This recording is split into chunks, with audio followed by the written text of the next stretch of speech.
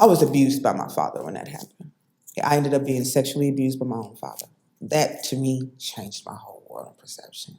It changed the way that I viewed men. It changed the way that I viewed how important I was. It changed the way that I viewed myself. So when I got back, I had to tell somebody, and I finally got back home. My mind, I was a different person. I was a different kid at that point.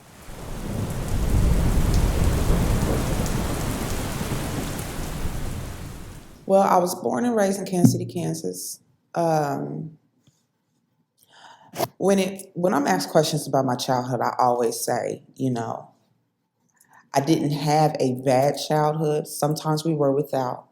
But my mother never missed an opportunity to make sure that we knew that we were loved. Mm-hmm. I was, kind of a bad kid. I was the one that, I was the one that snuck out a lot, that got in trouble a lot of the times, was kind of fast, you know what I'm saying? But we didn't have a bad childhood. Me and Aaron actually weren't as close when we were kids as we are now, because I was, kind of defiant and everything like that. So we grew up in Kansas. We moved to Missouri probably when I was around 14. Mm-hmm. My mother got remarried. Things got a little rough around that time because, once again, like I said, I was kind of a defiant child. But I started running into issues, running with the wrong crowds of people. Just kind of wanting to be out in the streets, not knowing what the hell I'm doing, but I wanted to be out in the streets. When I was around 17, I had dropped out of school and I went to Job Corps. My mom was like, you got another chance to try to do this again. Let's try to get you somewhere else where we can see you, do something. Went to Job Corps, got up there, probably did good for a couple of months, and started messing up again. So I did not finish that. Came home when I was around 18. Came back to live with my mom. But at that point, once I turned an adult, it's kind of where my life started shifting. And it's crazy because now I remember I always wanted to go and dance. I would watch the movies, the Players Club. Diamond was probably my idol at that time. You know what I'm saying? So I had it set in my mind at that time that once I turned 18, I'm going to somebody's strip club. And I was living with Aaron at the time, too, when I turned 18. And that's what I did. I took myself down to a strip club. And that started a whole new chapter of my life. Okay, we're gonna get into that. Let's rewind a little bit, though. When you talk about being defiant, when did you start being defiant? Because... Oh, man. I was a fast little girl. Now, I wasn't fast in the sense of I slept with a lot of people, but I was defiant. I was the girl that packed clothes in the back of her backpack so that she could change when she got to school, so I could change my clothes when I got to school. I was a little flirtatious little girl that always wanted to be in some boy's face. Okay, hold on. Mm-hmm.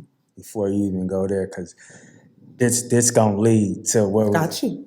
Even younger than that, because there's a reason why you become this person at first. You know what I'm saying? So as a kid, was it princesses? Was it all of that first? Or, talk about like how you was as a kid, then the shift to like the... You know what it was? My father and my mother were separated by the time by the time I started getting up to that age. But he always came back. He visited us, and I always found myself looking forward to those times where my daddy was coming back in town. But he wasn't around all the time.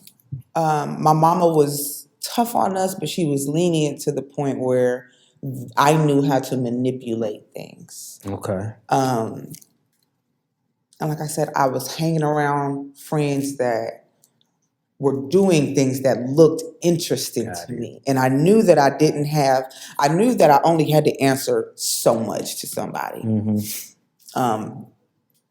And that it was intriguing to me. It was interesting to me.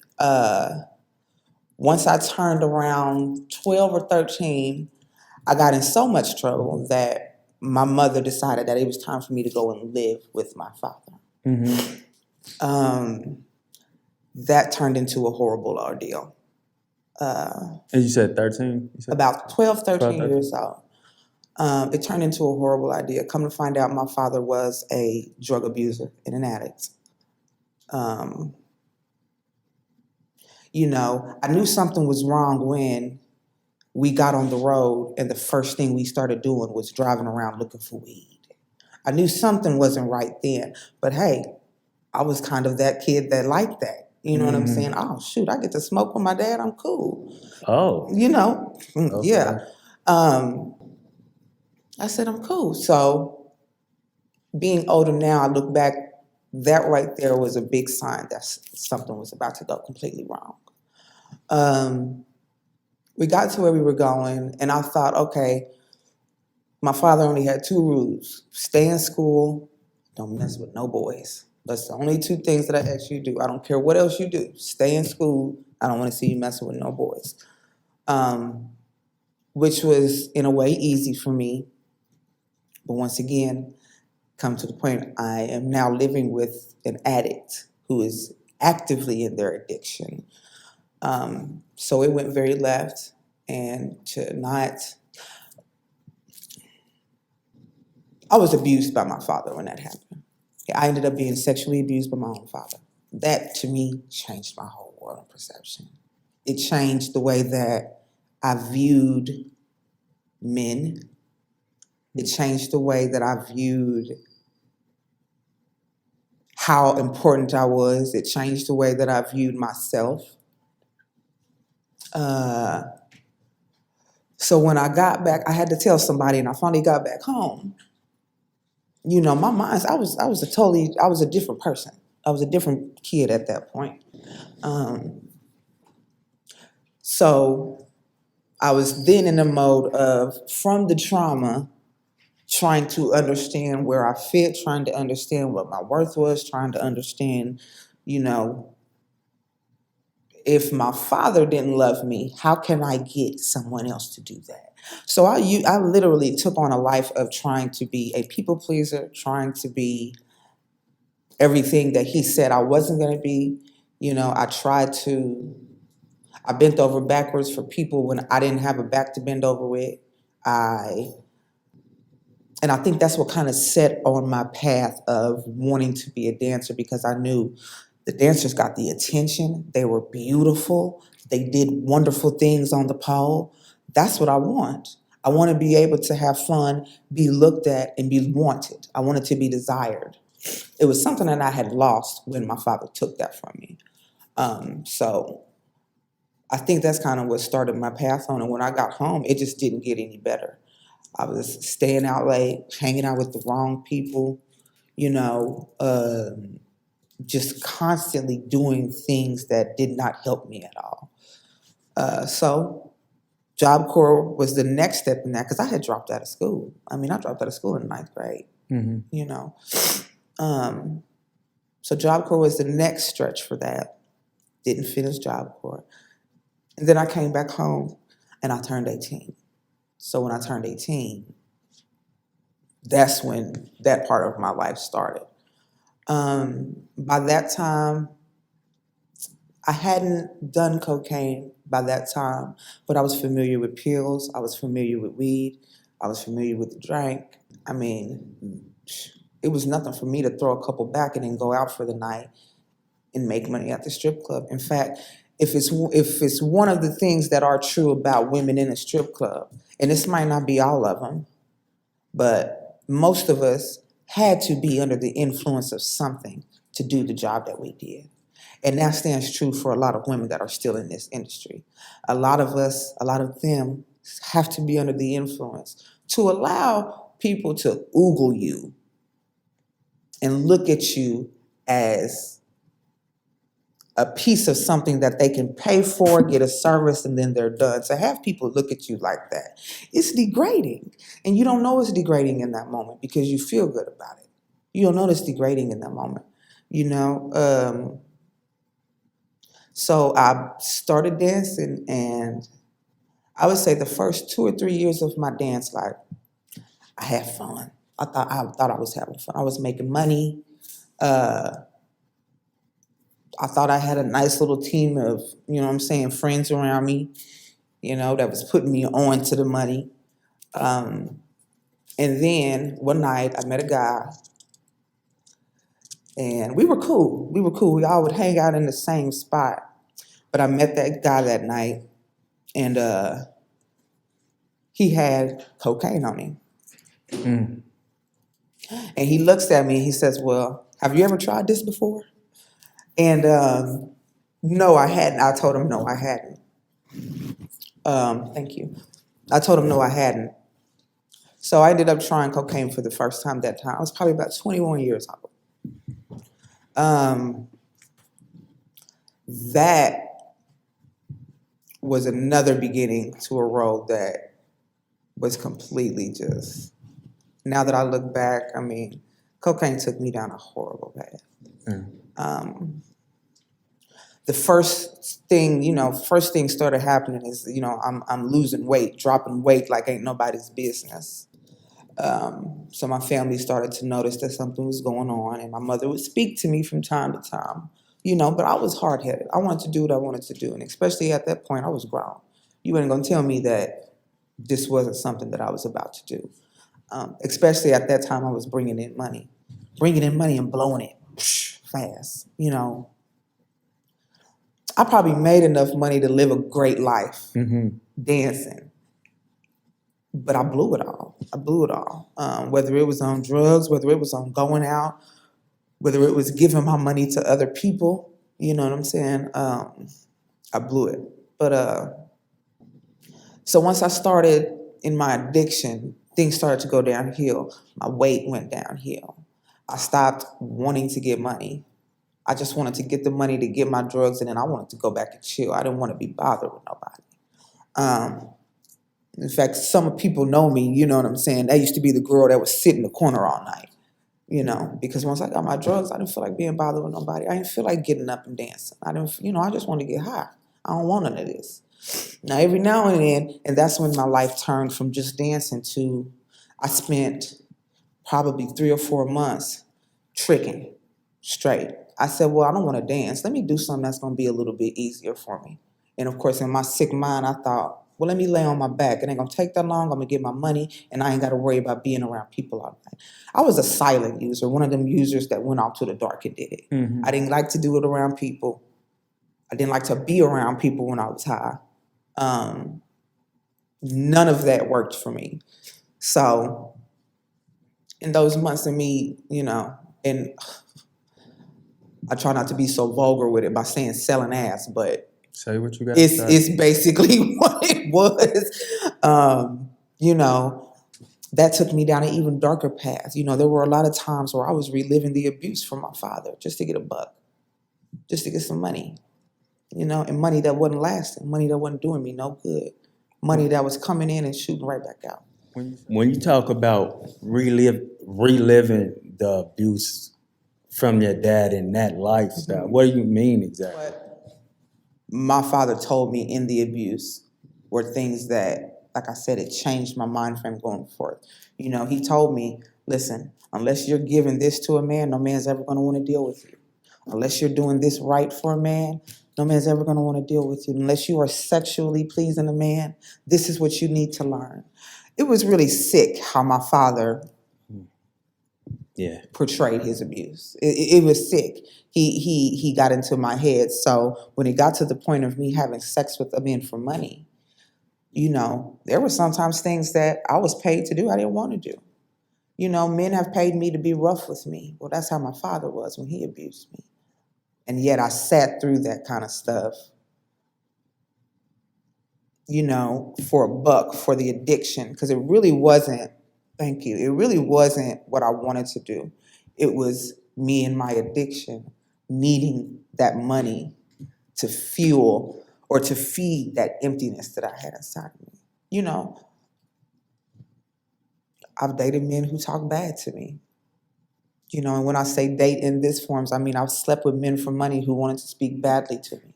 I allowed it to happen. I was literally reliving some of the parts of my abuse so that I could get paid for this stuff.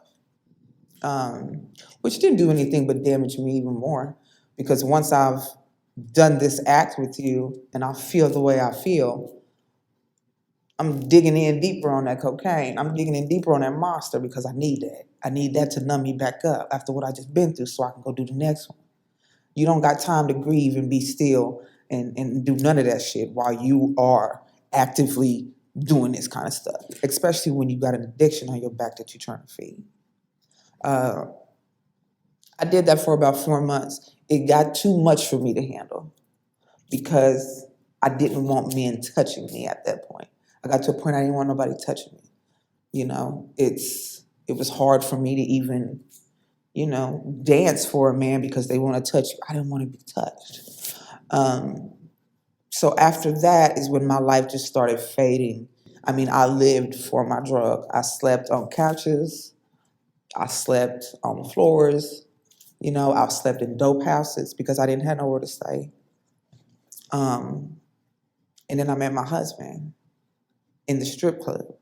You know, it's funny because our story is a story that probably don't normally have the ending that it has, and it's not done yet. But, I met my husband in a strip club. I was strung out, and I might have had a covering on that made me look pretty, but I was strung out, you know.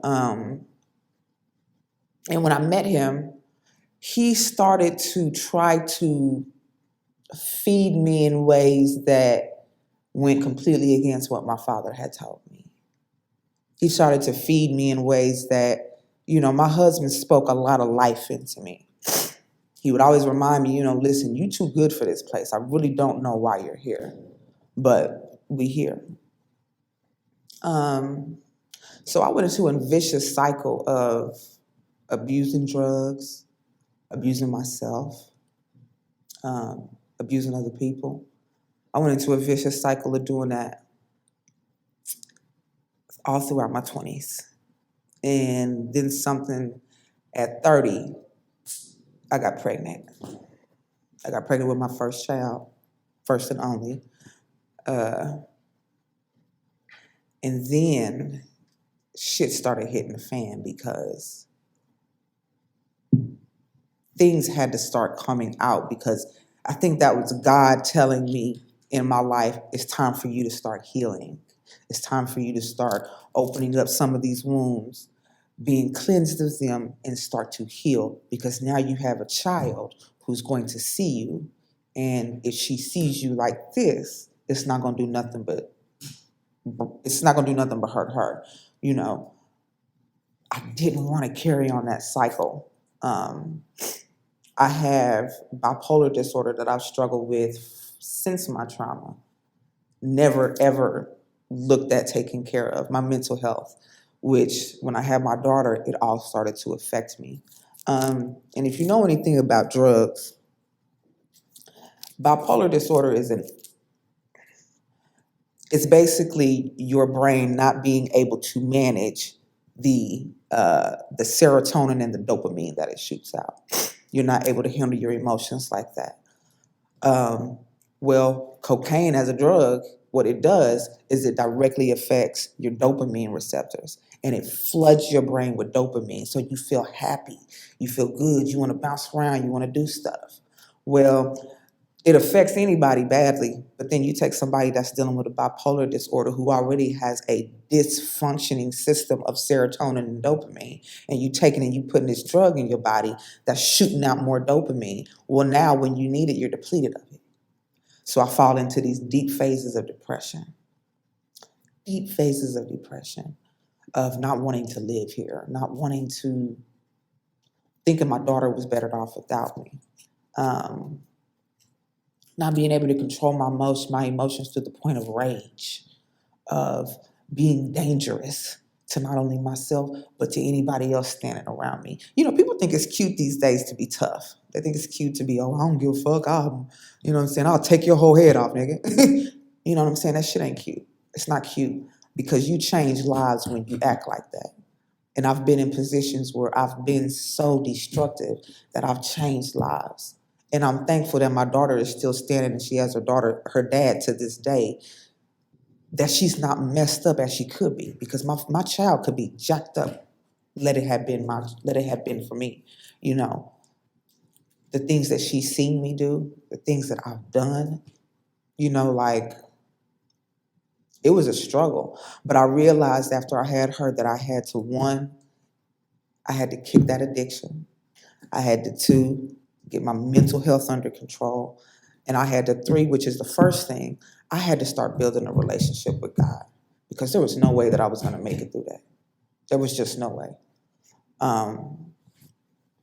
So I started trying to get better. And I failed a lot of the times because my heart really wasn't in getting better. So I went to treatment. I spent 7 months in treatment.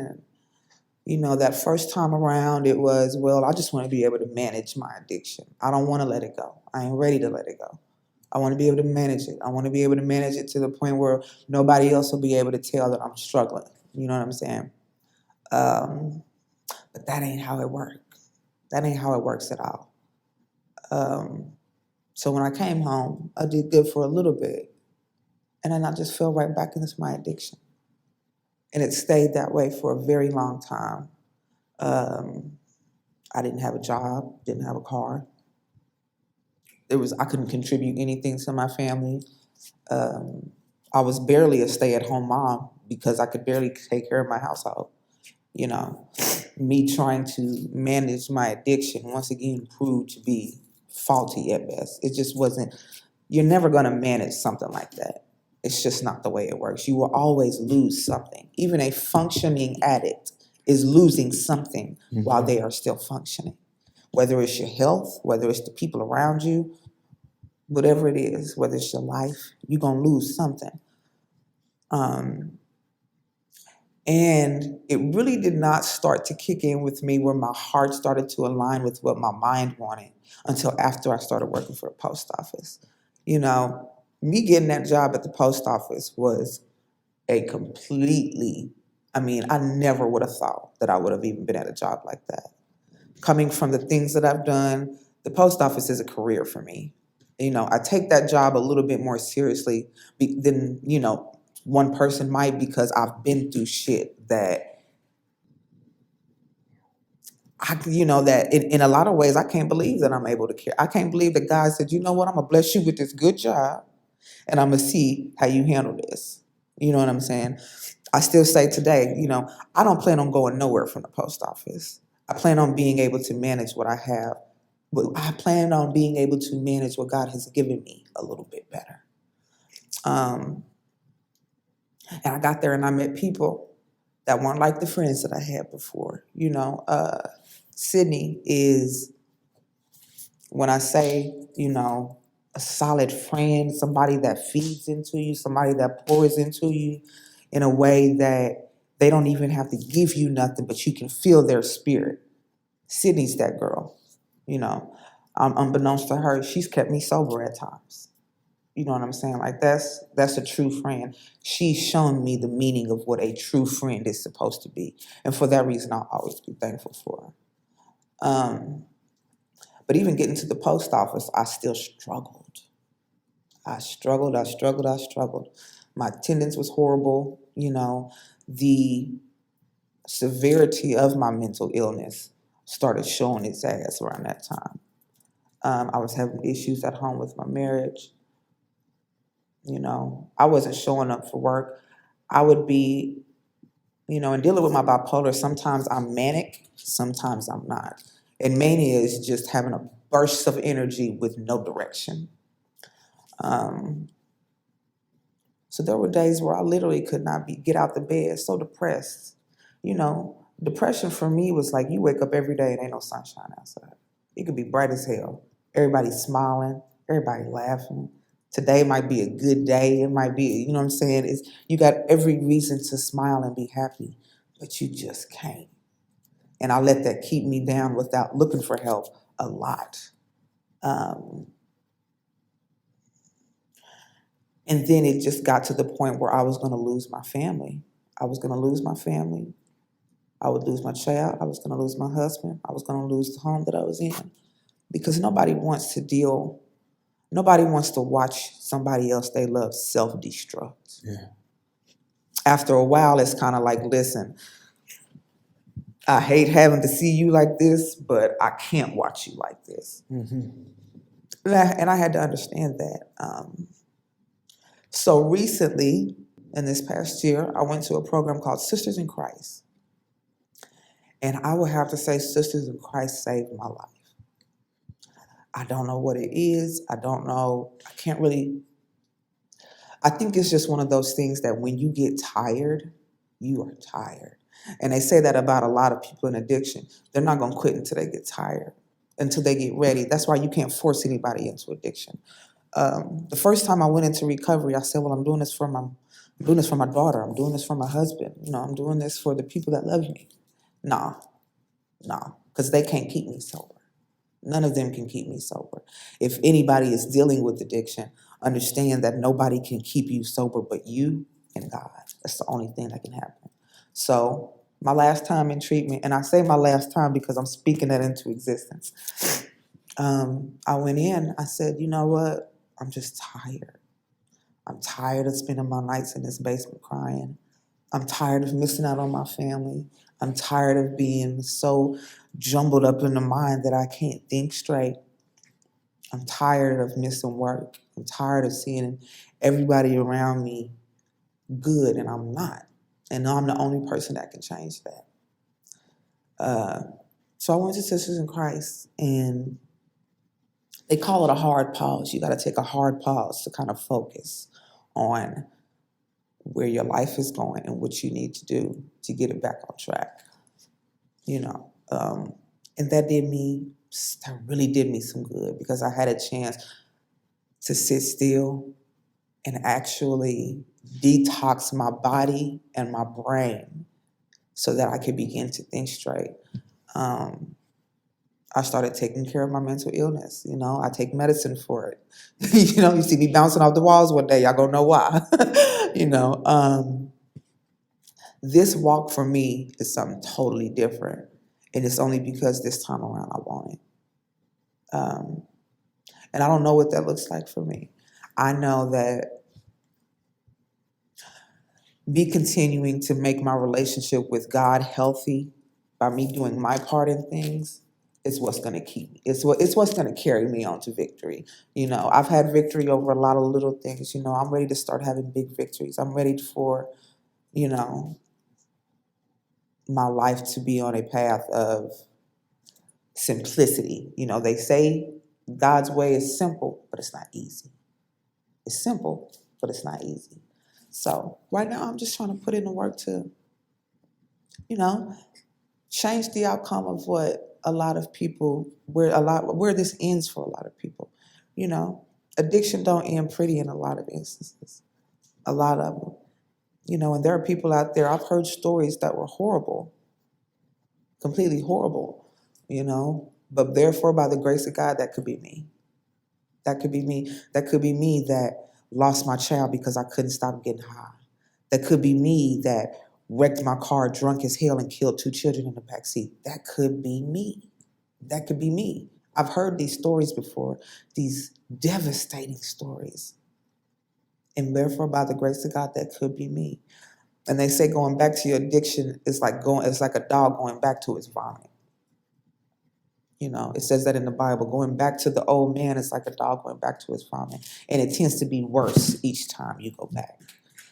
I'm trying to make it to where that's not an option anymore. I have things to live for. I have a beautiful child. I have a husband that loves me. Like I said, our story is really, really like I said, my husband met me in a strip club. We ain't normally people that meet in a strip club. That's not really what they're there for. They don't end up married years down the line with a child. The things that I laid in bed for, crying at night for. Lord, I just want somebody that'll love me wholly. Lord, I just want somebody that will love me the way you love me. And it's not perfect all the time, but I would not rather be I wouldn't be on this walk with anybody else but him. I would not want to be on this road with anybody else but him. The good, the bad, and the ugly. And when it's ugly, it's ugly. You know what I'm saying? I wouldn't choose nobody else to be on this road with but him. So that brings me to this point in my life where I'm seeing the colors, and you know what I'm saying? Things are starting to become vibrant again. I have rough days. I still have rough days. But the support system I have now compared to before is out of this world. Like, I have real friends. I have a better relationship with my mother. I have a relationship with my pastor, you know. And so that's where I'm at right now. I'm trying to rewrite my story. So much to unpack.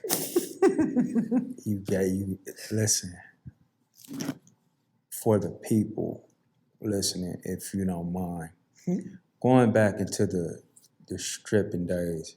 Well, first I want to say this. I used to look at movies and where they you tricking Yeah. because I try to use the proper word, tricking, and I would see them, and you reminded me of that. I would see them doing these acts or whatever, and like when I'm a kid, I'm thinking, oh, they're enjoying this. Like just you would enjoy, like if you have That's sex what with it looks somebody, like. you Yeah. enjoy it. Yeah. Until I really start looking at these movies and looking at these people's faces and all of that. So when you say it triggered like memories of your dad and stuff, how it would. So when they're sitting there like, and the man is just, for lack of better phrases, going to town on them, and they just In a daze. in a daze. That's pretty much what that is. Yeah. You're going through everything you've been through in life and how this is fucked up. That makes me wonder how a person don't even like lash out and just go crazy on that person that's doing that to them, because you had some type of anger in you for the person who originally did it to you. And you're reminding me of that person who did that to me. How did you keep your composure? Was it knowing that for your greater, for what you thought was the greater good, the drug that you was going to get from doing this was worth going through that? That was that monster. Yeah. That was that monster. That's a hell of a monster. That was that monster. You will put yourself, I have put myself through some things that people be like, what the fuck are you doing? What are you doing? It didn't matter to me. Yeah. After doing that, I knew that there was a point where I was going to be numb to everything. That's all I wanted to get to, is that numbness. And that's why I say, for a lot of women in that industry, the sex industry, the strip club industry, they are most likely under some kind of influence, because you cannot do that sober. Then you put yourself in a position where you're looking and you're feeling this going on, and then you want to lash out. You know, there have been girls who have lost their lives behind shit like this. You know, but for me, even the feeling of reliving the trauma that I went through was not enough for me to stop. I needed to get to a point where I could get my drug, be numb, and I could go and do it again. I didn't think about it. I didn't care about it. It was that monster on my back. I needed to fill that void. And that was the only thing that would get me to it. Yeah. I didn't want to have to stand in a club and be sweet and convince somebody to give me their money anymore. I didn't want to do that. I don't have time for that. I'm trying to get back to this drug. I'm trying to get back to this numb feeling so I don't have to think about everything else that's going on in my life. See, this is just a snippet of it. I only got to lay with you for a hot second. But then I got to go back to my life, which is unfulfilling to me at that point. So it's time for me to, it's that monster. That is what kept me in a comatose mind frame. Just get through it. What exactly is comatose? Comatose to me is just not being able to feel anything. You're dead. You're dead to the world. You're alive. You're breathing. But you're on autopilot almost. A horrible autopilot. You know, can't feel nothing. You don't want to do nothing. Somebody speaks to you, hey, yeah. It's done, whatever. until I get back to that thing that I feel is going to make me feel better. And at that time, it was drugs. Mm-hmm. Yep. So all that shit you don't even know is going on because you're in that mind Barely. frame. Like you just moving through. Like I'm barely. if somebody asks you, "Hey, you remember I spoke to you the other day?" Nope. Nah, I do. And that has happened to me so many times. I mean, yeah. There have been nights where I have been blacked out and don't remember certain things, but I'll wake up. I've woken up with no clothes on before. You know what I'm saying? Shit like that you subject yourself to because of the road that I chose, you know. But that's why when I had my child, I knew my trauma had to start being addressed. I knew it did because it was killing me. It was killing me. It was, you know, I'm an emotional person, I think naturally by nature, but I'm a people pleaser to my detriment. And it has truly been to my detriment a lot of times. I'll sacrifice myself for somebody else. But the thing is, I haven't sacrificed myself for God. I haven't done that. I ain't sacrificed myself for God. That's why I continue to struggle with some of the things that I struggle with. You know, everybody thinks you're supposed to live for Christ. You're supposed to die for him daily. Daily. Break it down. You know what I'm saying? It's what they say. Die for me daily and then let Christ live through you. Meaning die to yourself. You die to yourself. Yeah. That's a struggle for me every day. I probably would have been a lot further in my recovery as far as me understanding and having a better relationship with God. Because a lot of things I still don't understand now about myself and how to fix that because I haven't died to myself daily. I haven't done that. But I know better. And I know that that's what's going to get me where I need to be. I know the first step to me staying in recovery and staying sober-minded, not just physically. You know, we can get physically sober, but we still messed up in the head. I've been physically sober for almost a year now. Almost. But it's that mental soberness that you know what I'm saying? My body ain't caught up, or my brain ain't caught up with it yet. It still ain't healed yet, which is why I need God. I need my support system. I need these things in my life that will help me get to a point where I am sober-minded, you know, and then I can start adding virtue to myself. You know what I'm saying? That's what I'm looking for. Yeah. That's the road I'm on right now. Yeah. When you talk about that's because when you had first seen Diamond and them dancing and you was like, yeah, I'm gonna do that. I'm gonna do that. Was it more the art of it, like you see how to, and the money, or was it? It was the art of it. It was simply, it had nothing to do with the money. Okay. It had nothing to do with the money. I saw the art form of it and I saw the attention. You know, because at that time I was depleted of it. I had been brainwashed into thinking that, hey, nobody's gonna love you until you do this certain thing. Nobody's gonna love you unless you act this certain way. You know what I'm saying? Knowing it was all bullshit. But at that point in time, that's not where I was at. I had been scarred, you know, mentally. I seen it as an art form, and they were getting this attention, and everybody loved them when they walk off the stage. They was clapping. I mean, she had a nigga stalking her there for a minute. What you perceived as love. What I perceived, there you go. What I perceived as that, you know. And like I said, when I first got into it, I mean, I was a pole queen. I won competitions all around Kansas City. You know what I'm saying? I was that girl, and I want to be careful when I say this because I don't want to entice anybody into that life. But I did not use that time the way it's supposed to be used. Stripping is a stepping stone. It's a stepping stone. You ain't never supposed to make that club your life. You know, you get in there, you get what you need to get, and you get the hell out of there, or else you're gonna fall. You know what I'm saying? And I mean, even today, I would just say stay away from it because it's so easy to fall. It's so easy to fall. But you know, it was the glamour. It was the pretty makeup and the outfits that made you look va-va-voom, and you know what I'm saying? This bitch spinning around the pole like she flying. Oh yeah, I like this. It was that. I was craving that kind of attention. So the money didn't mean nothing to me. You know? like you said, it's kind of like similar to drug dealing. You get in and get out. You use it as a stepping stone. You shouldn't be doing Don't it right. anyway. Don't just. As far as drug Right. dealing, you shouldn't be Yeah. doing drug dealing anyway. I'm not gonna tell nobody they shouldn't be dancing anyway. But the drug dealing, we shouldn't do it anyway. Yeah. But since you are doing it, get in and get out, because the dangers of it is you'll never be able to stay in it forever.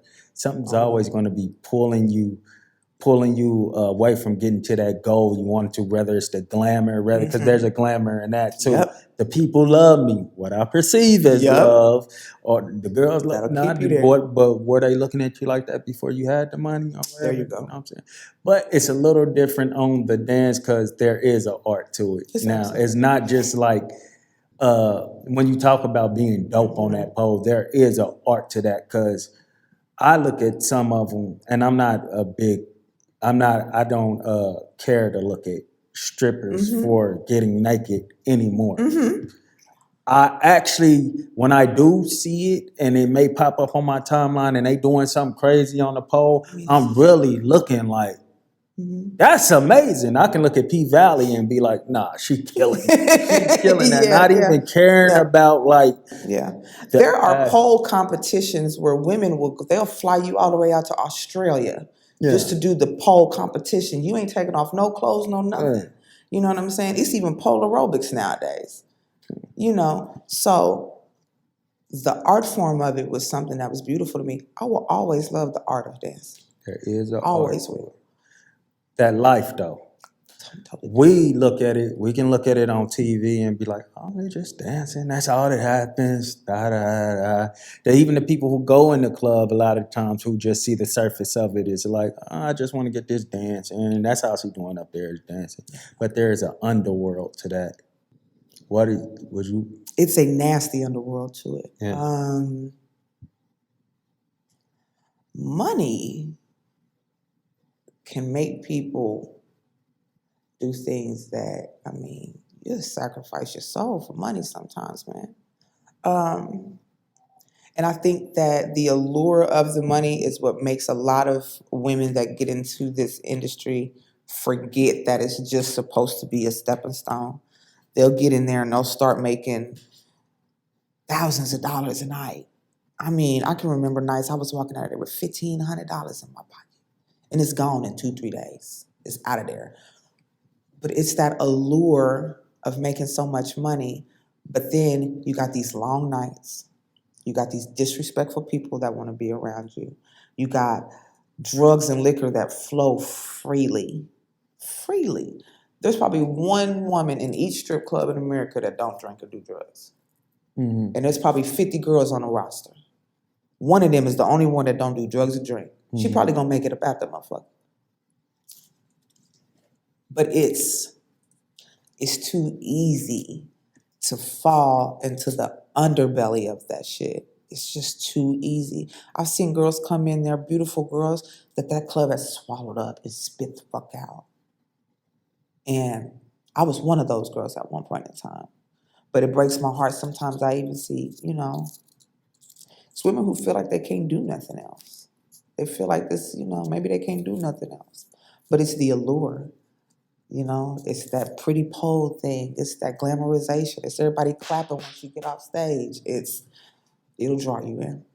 It'll draw you in. And it's really easy to get caught up in it. When you say underbelly. There's a YouTube channel I watch. White Underbelly. Soft White Underbelly.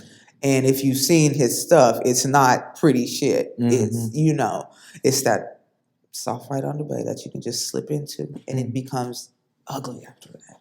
It becomes ugly. It's just too easy to fall into it. Yeah. So the surface of the strip club is just the dancing. It's the glamour, the surface. What we don't see is probably, like you said, for that drug, you start subjecting yourself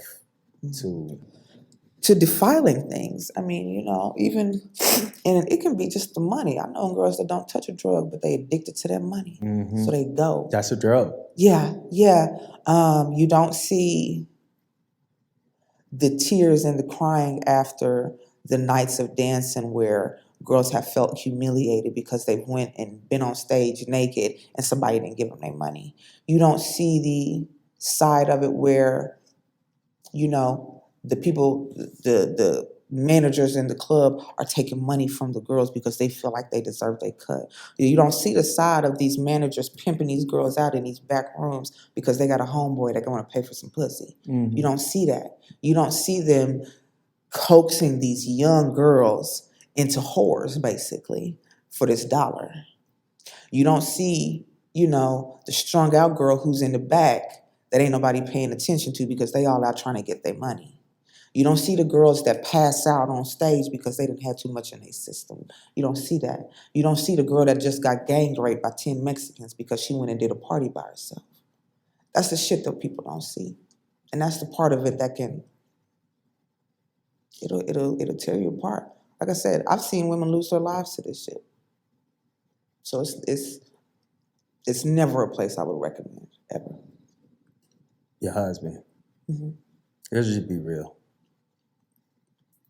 Especially from our era. I don't know how this era is. I mean, maybe after T-Pain, a lot of people were like, I'm in love with a stripper, want to be in love with a stripper.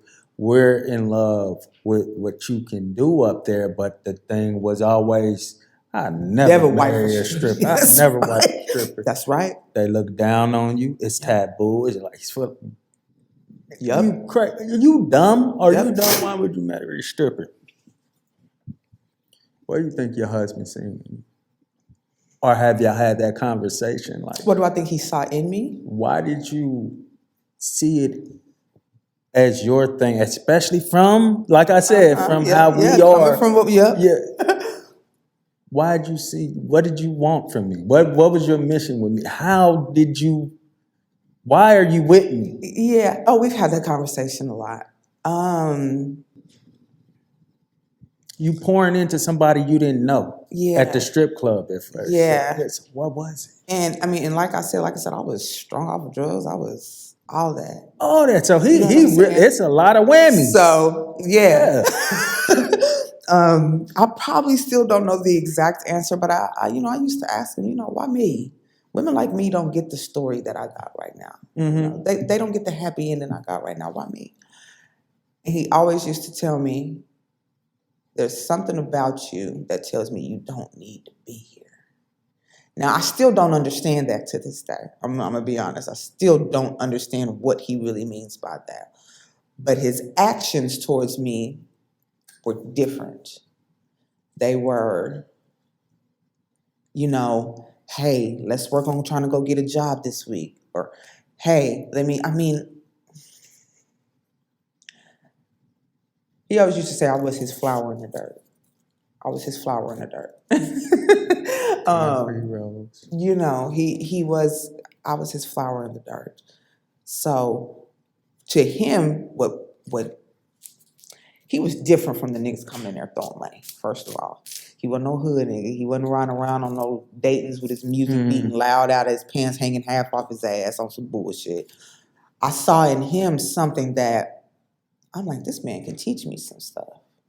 Like, he would talk to me about politics. He would talk to me about, religion. He would talk to me about, business and where do you see yourself in this? Like, he wasn't asking me questions like, what's up, what you doing on Friday? I'm trying to get a show going on. Or, hey, let me get you this. Let me throw you this pack. And he wasn't speaking to me in that manner. It seems like to me, he always wanted to see me live up to my potential, and I could not do it in that club. And to me, it was, he saw something in me that I didn't see in myself. You don't think it's a bit crazy? We know how God works. Oh, yeah. But out the mindset of God, you don't think it's a bit off that you were receptive to what he was saying when all your nigga, why the fuck are you talking to me right now? I want drugs. There were times when I was just like, okay, wait a minute. Now, why you want to talk about this shit? I just did this line. We trying to have some fun. Because he knew what I was doing back then. And he also didn't treat me differently. When he knew, you know what I'm saying, that I was in my addiction. He didn't treat me no differently. But there were times when I was like, nigga, what is it that you see in me? Don't you see me out here in these streets? Like, don't you see? And there was a time actually where I went to and I was like, listen, this ain't what you want. Listen, this is not what you want to do. You do not want to go down this road. I am broken. I will do nothing but take you through tragedy. Did you mean that but didn't mean At that? that time, I felt like I needed to give him a warning label. Warning. I needed to give him some kind of disclaimer that said, listen, I know who I am. I know what I'm not. It's your choice if you decide to come down this road with me. But I'm letting you know that this road is rocky. It's fucked up. And you may not make it back. Yeah. You know, he still went forward. Let me make my question more clear, though. Okay. Though I'm glad what you gave me usually gave. So what I'm saying on the other end is you don't find it like weird in yourself. Not weird is a lack of better words. In yourself that at a time where I'm coming to this club, I'm only dancing so I can get these drugs. Mm-hmm. That you were receptive to anything this nigga had to talk about. Cause you like, anybody else give me my money so I could go do what I gotta do. That's what I'm trying to say. Not saying you don't deserve a man talking to you like that. Yeah. That was God. There we go. That had nothing to do with me. For some reason, God knew these two people have a story together. And that was God. That had nothing to do with anything. But that was another reason why I say, you know, me and him have a love that is unlike anything I've ever experienced. In its bad times, in its worst times, and we didn't have some bad times. Yeah. That's still my best friend.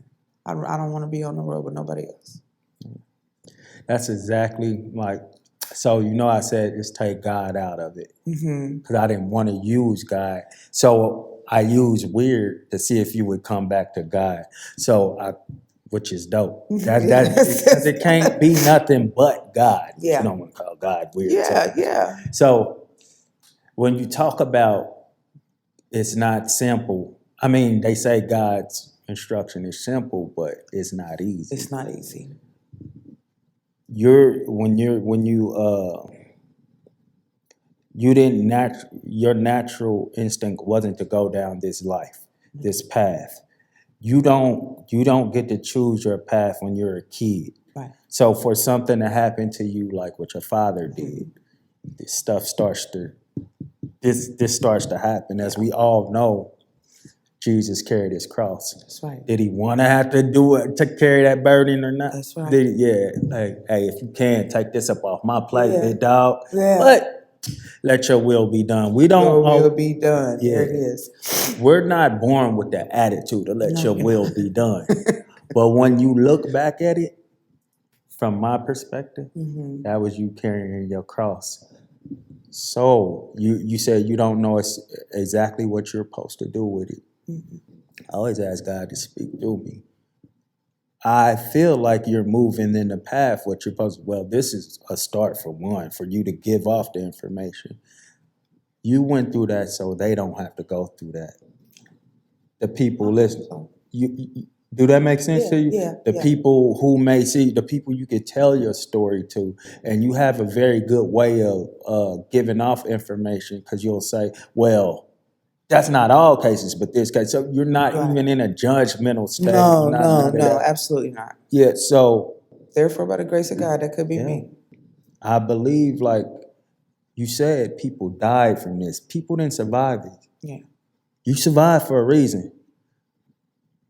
But I'm only going to keep like giving you these warnings for so long. You know what I'm saying? Yeah, you're surviving it, right? You're surviving it now, but you're still human. You can die. You know? What did I purpose you for? Really sit back and see what your purpose is. Like they say, things don't happen to you, they happen for you. Right. So if it's happening for you, if you look at it from that angle, what's your purpose? I'm asking you. And I don't know. And I don't know if this just sounds cliche, but a part of me really believes this. My purpose is to share my story. I just think my purpose is to, for some reason, like you said, I made it out on this side of it. Yes. And if I could bring myself to be open to even just doing this, Books. just speaking about it on whatever platform, whether that's one-on-one to somebody, or something else, I think I might be able to help somebody. I might be able to pull that one hand that's reaching from out the mud. You know what I'm saying? And maybe that'll be enough for me. We what is that? A sorted bag of at that post office. There's a lot of different people at that. Oh post yeah. You don't think you don't think it's somebody else though going through I or believe it thinking is. about going through what you didn't went through? Yep, I believe it is. But you have the experience of going through all of it and coming out strong. Because when I see you, I'm not gonna say nobody else. The very first time I seen you, I'm like, this motherfucker be moving. She's so nice too. Like, 'cause it was on when you was on the Flash Word. Yeah. I asked her a question. She's so nice about it. No matter how many questions I got, like I've never seen you look mad. I'm not saying you're not hiding them. We all hide something. Oh yeah. But you take it off of your face, or you take it out of your presence when you're in that place. At least from when I see you, and that is a good trait to have. Not to act like you don't go through anything, but you seem to be very approachable to where somebody who's going through something can learn that you've been through it, and you can put it on them. That's just what I get from you. That's what I want to get. You've always seemed like the approachable type, and now this makes you. And I'm not saying you have been. Yeah. I'm saying you seem. Yeah. This is part of now you being an open book if you wasn't already an open book. Because to come on a platform where it could potentially, this is going on YouTube, potentially millions of people can see this. Yeah. And you're opening. And that's a struggle for me, but this is good. I could tell you, sure, because I asked you what we talking about, and I'm on your time. When you ready to do it, and then when you was like, hey, I'm ready. Because I wasn't going to keep pressing you. And you was like, hey, when you're ready, I was like, she, yeah. And I think that's pretty dope of you, to even, consider to, it's got to be something in you to, God got to be telling you something for you not to originally be like, I need to tell my story. And now be telling your story. Right. For something you didn't really care to do. Yeah. You're doing. Yeah. But there's a reason why you watch Soft White Underbelly. Yeah. Yeah, it is. Right. Yeah, it's it's like you said, it's so much, but so simple as just somebody may hear this and it might help them. Yeah. I might have a, social fear of speaking or just, a slight anxiety with it, but like I said, seeing my brother and how open he was, and then just seeing, and I prayed about it too. And I was like, Lord, give me a reason why I should not be talking right now. Give me a reason why I should just stay silent right now. Just give me a reason why I don't have to, I couldn't find no reason. And I have to learn to make things like this fun for me. Even though the story I'm telling may not always have a fun face to it. Yeah. You know what I'm saying? If I'm ever going to be able to speak to young ladies like I would like to speak to, you know what I'm saying? How can I do that if I don't start putting myself out there like this? And I trust this platform. I trust your platform. You know what I'm saying? You. So, yeah, I trust your platform. So what better way to do it? I'm with it. Listen, as long as you living, you young. So, and I mean that in the sense of this go to y'all older men, older women too. Like, I think I get it. Focus on the youth so the youth can be, because there are. But grab your wisdom from those that have it. And what I'm saying, no, us older people can use wisdom from you too, or people way older than us.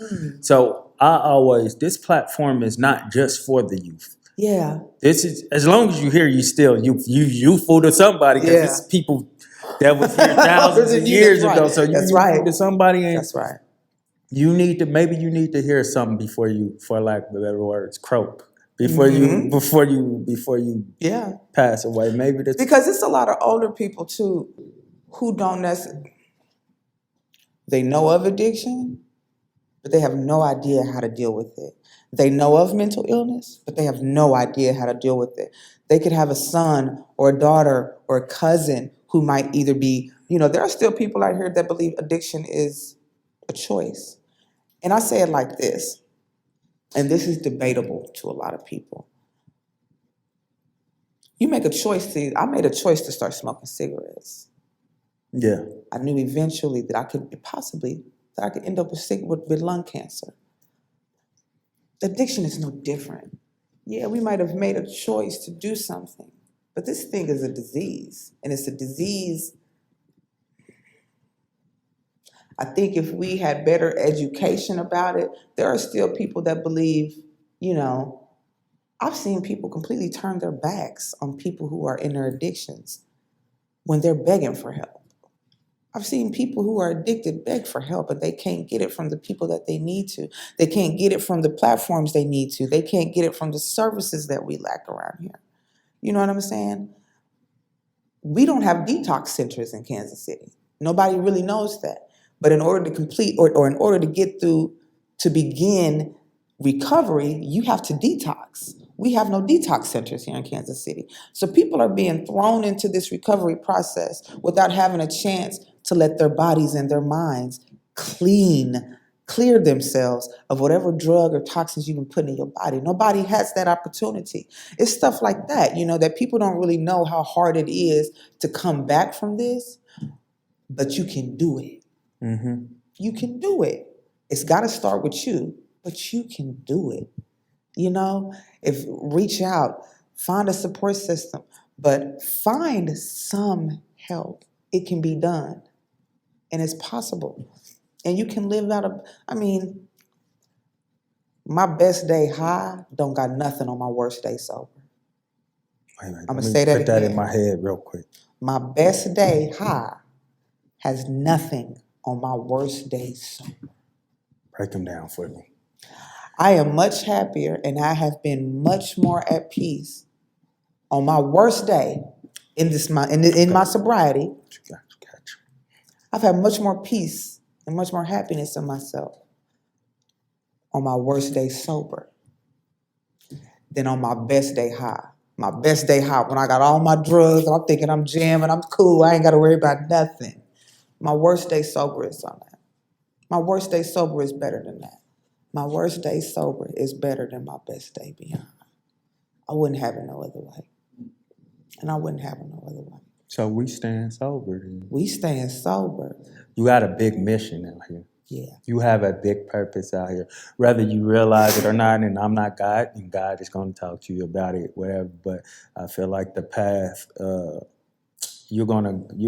long as you really, do the things that we need to do, whether we fast and whether we do, to actually seek those answers from God. Because like you said, at some point you're resistant from God, because you really don't want to go to.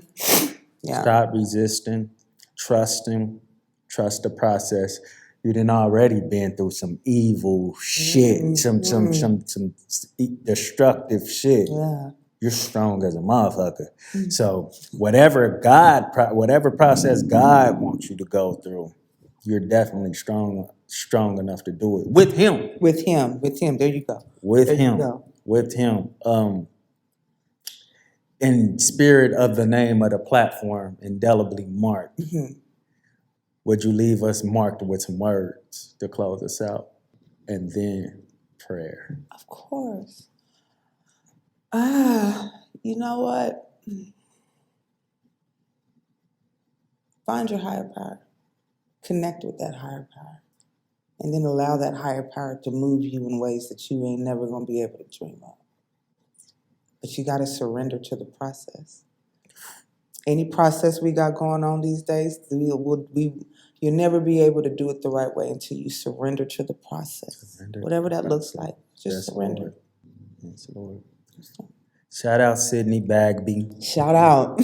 for being a great friend to you and helping you through this. Amen. Shout out your husband for him seeing the beauty in you where everybody else seen ugly. Amen. Where everybody else didn't take you and coddle you, like, not coddle might be the wrong word, but you know. Yeah, everybody else didn't embrace me. We all need that. Yeah. For whatever it is. So real shout out to him for going against what the standard is, what we set as a standard. You can't marry no stripper. You can't. No. We all got our things we're going through that people don't agree with. She just happened to put hers out there. That's right. So, and bigger shout out, well, the biggest shout out to God, but bigger shout out to you. Right on. Because it starts with you putting this out there. Right on. It starts with you willing to do the work to even get better. It starts with you knowing I have a child that needs me here. So I need to do better. Right. For me, but for her too. That's right. Before I almost forgot. You told me her. Eden is the first. Eden is in the Bible in the story of Adam and Eve in the beginning of God's creation. Eve is the woman that God sent to Adam as an helpmeet.